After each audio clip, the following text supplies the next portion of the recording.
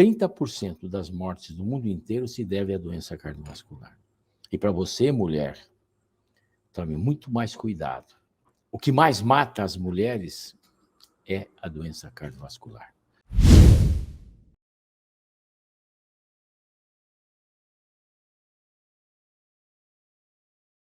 Olá, meu amigo. Olá, minha amiga.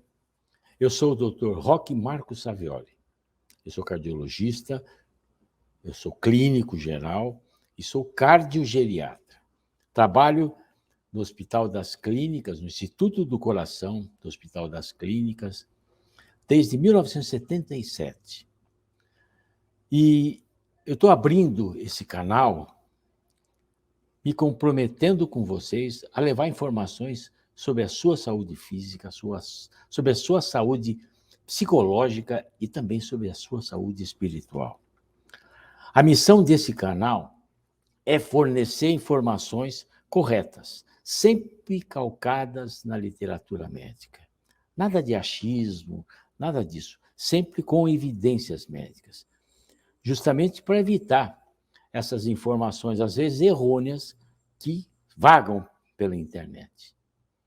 Eu gostaria muito que você compartilhasse, tá, essas informações com seus amigos, tá, com todos os seus conhecidos, porque realmente o propósito, o meu propósito, a minha missão é informação.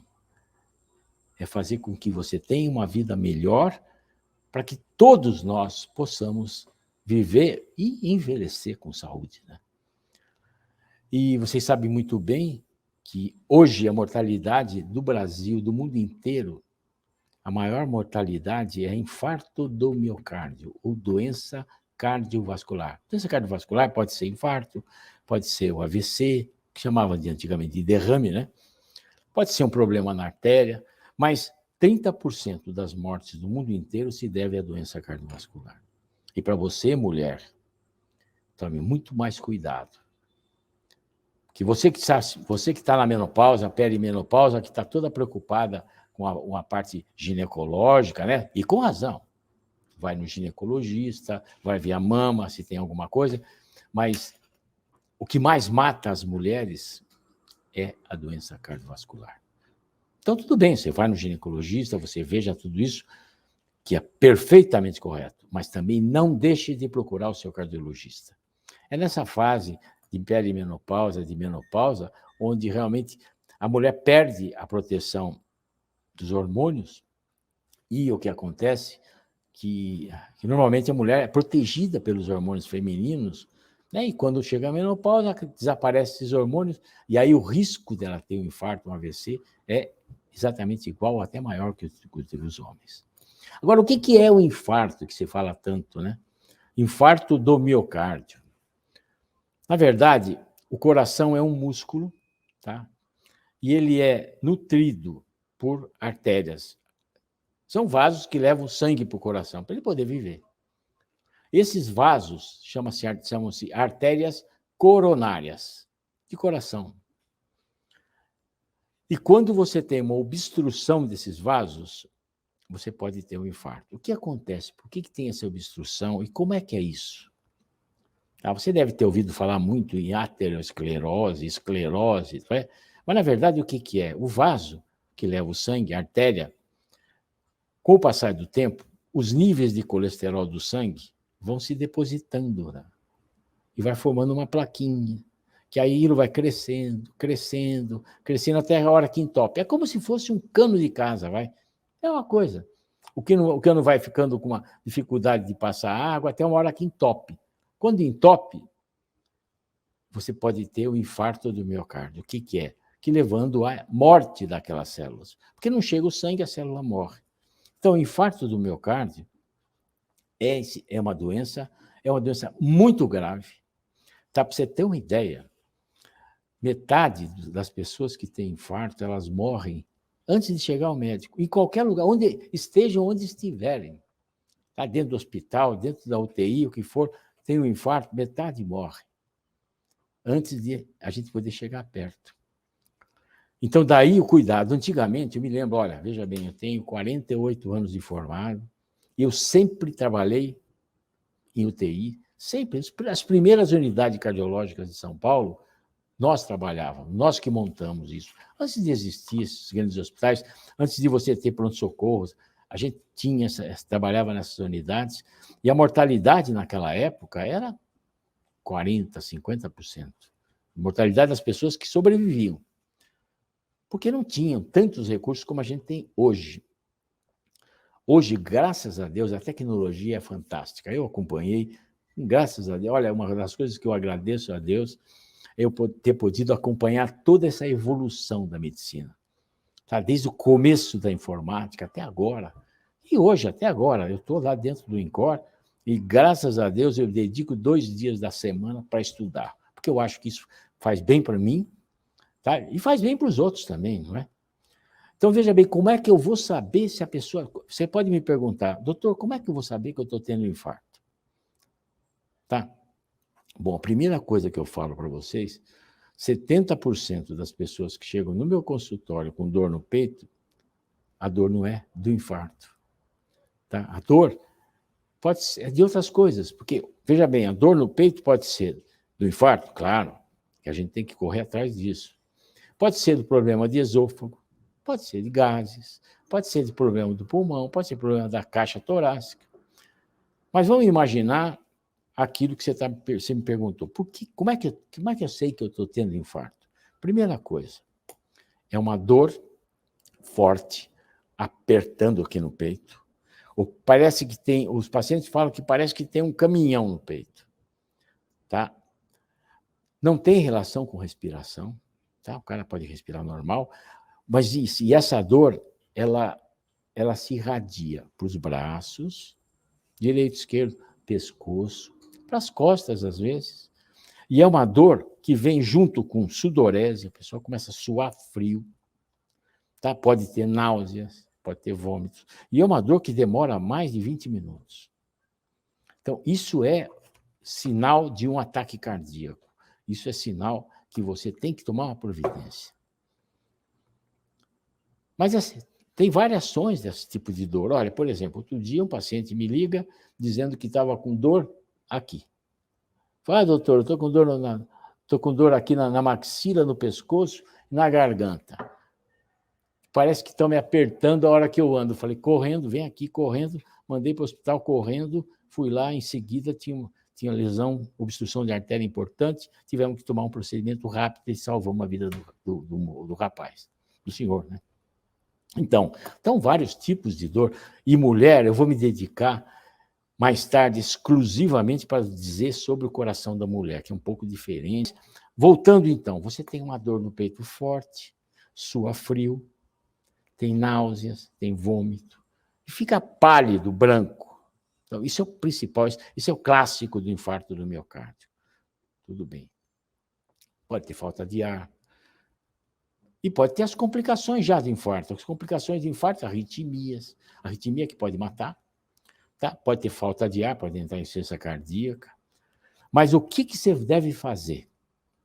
Tá? Vamos imaginar que você está na sua casa e tem esse tipo de dor. A primeira coisa que você faz, olha, tá? Você tem que levar esse paciente imediatamente ao hospital. Porque nós temos um tempo para poder atender e nós temos um tempo para poder salvar aquele músculo do coração que está sem oxigênio. Geralmente, nós temos 2 horas para resolver esse assunto. Então, até 2 horas eu consigo pegar esse paciente, do início da dor, pegar esse paciente e fazer um procedimento, um cateterismo, uma angioplastia, que se chama, é um fiozinho que entra dentro do coração, uma canulazinha, e você tem lá dentro, na ponta, aí um balãozinho que aumenta, você vai desentupir aquele coração, aquela coronária. Então, você tem 2 horas para resolver isso. Então, se você está desse jeito, procure imediatamente um pronto-socorro perto da sua casa. E, se de preferência, um pronto-socorro que tenha um serviço de cardiologia. Evidentemente que aqui no Brasil a gente tem muito problema com essa relação. Quem mora numa grande cidade, mesmo numa grande cidade, você tem que estar perto de um centro que tenha todas essas condições. Tá, se você for atendido em 2 horas e tiver profissionais capazes, resolve esse problema. Olha, se eu contar para vocês, se eu ficar contando para vocês os casos que eu tive, a gente fica aqui até amanhã cedo. Mas um paciente meu morava no interior e ele era vizinho de um hospital.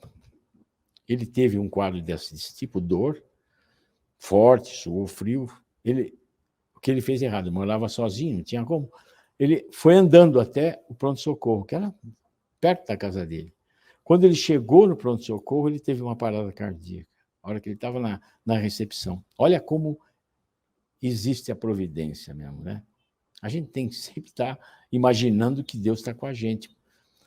Nesse momento, tinha um plantonista que ressuscitou, que faz a cardioversão, atendeu a parada cardíaca desse paciente, começou algumas manobras que a gente pode usar para evitar que tenha tido infarto, e imediatamente ligou para mim.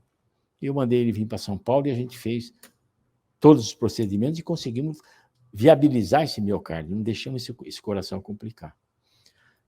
Então, isso é um caso excepcional, o cara vai a pé, mas não faça isso. Tá? Não adianta você chamar o SAMU, não. A melhor coisa, põe no carro e leva para o pronto-socorro perto da sua casa.